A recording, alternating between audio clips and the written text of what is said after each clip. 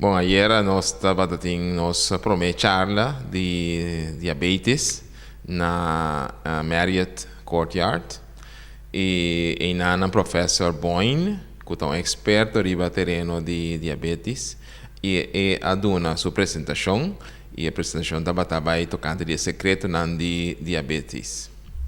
Sala yen e reação lang tabata pues Bárbaro depois da apresentação de professor Boyne.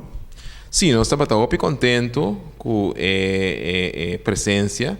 Passou a sala por uma 240 pessoas e me querem estava full yen que tinha estende para que estava wak e ainda na cap 30 sali back mas me querem sair mais que 240 ainda era. Basta pergunta dentro sala, houve pergunta de parte de pessoas que esse acto de presença como público, senhor Pitanella?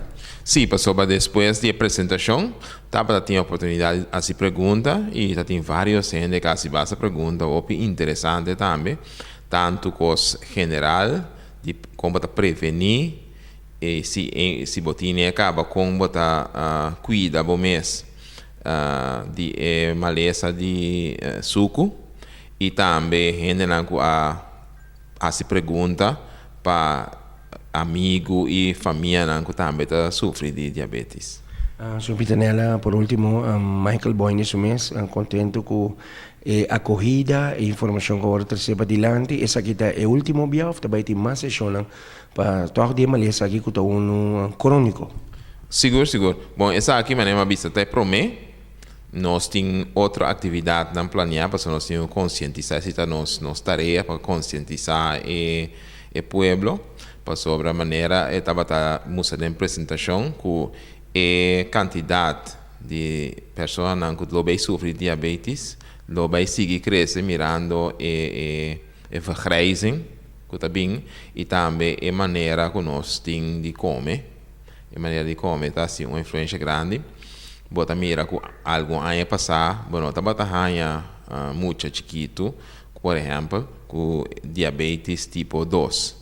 Pero agora aqui, esse é o caso, que bota mira que hasta muito não antes não estava normal, que agora também tinha esse.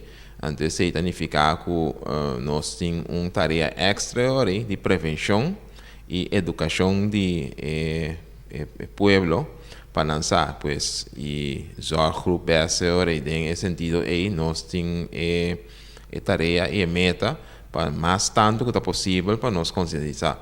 Nós estamos começando com diabetes, antes de vira nosso tema para o seguinte ano, que está bem, pues, logo mira a atividade fora nós, para sostener o que nós chamamos eerste lijnzorg. Eerste lijnzorg, o doctor de casa, trando junto com o certificado, e nós seguimos para nós com nossa conscientizar. Depois se charla um primeiro acto de direção primeiro evento de direção para nós bem com mais.